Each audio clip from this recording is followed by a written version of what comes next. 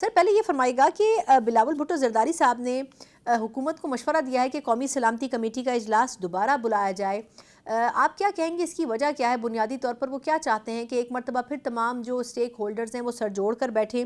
اور خاص طور پر یہ فرمائیے گا کہ کیا اس کی کوئی خاص وجہ حکومت کے سامنے رکھی گئی ہے پیپلز پارٹی کی طرف سے؟ جو پچھلا اجلاس ہوا تھا اس میں پی ٹی آئی کا اور کچھ اور اپوزیشن پارٹیز کا بائیکاٹ تھا. اب کیوں کیا یا ہونا چاہیے تھے نہیں، یہ تو وہی اس کا جواب دے سکتے ہیں. لیکن ایک تشنگی رہ گئی کہ نیشنل کنسنسس کی ہم جب بات کر رہے ہیں تو پھر it should be a truly national consensus.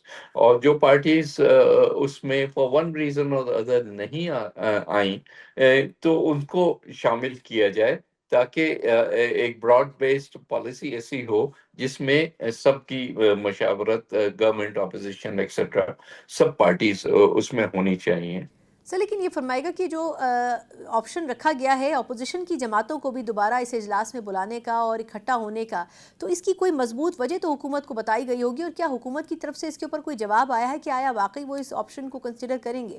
ظاہر ہے کہ ہم چاہیں گے کہ گورنمنٹ اس کو سیریسلی کنسیڈر کرے، اور نہ صرف گورنمنٹ بٹ اسٹیبلشمنٹ بھی اس کو کنسیڈر کرے کہ ہم تمام.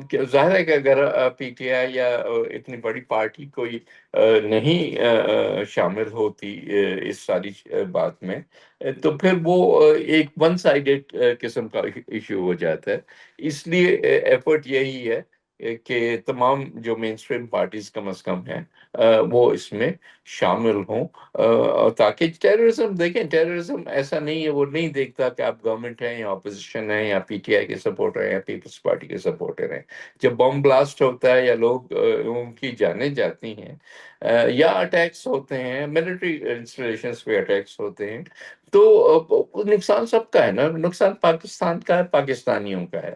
تو ہمیں کوشش کرنی چاہیے. جیسے ہمارے پاس ایک ایگزامپل ہے، جب پشاور میں اے پی سی پہ اٹیک ہوا تھا تو اس کے بعد سب نے مل کے ایک پالیسی بنائی تھی. آئی تھنک وہ والی اسپرٹ جو ہے وہ انووک کرنے کی دوبارہ سے ضرورت ہے، تاکہ سب اس میں اپنا حصہ محسوس کر سکیں.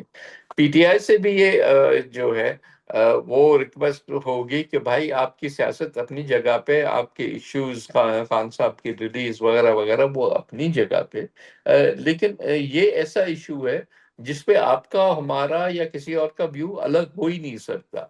ہر ایک چاہتا ہے کہ یہ جو ہے دہشت گردی ختم ہو، یہ مارداڑ ختم ہو، ہمارے لوگ امن امان سے رہیں، چاہے وہ خیبر پختونخوا میں ہو، سندھ میں ہو، پنجاب میں ہو، بلوچستان میں ہو، جہاں بھی.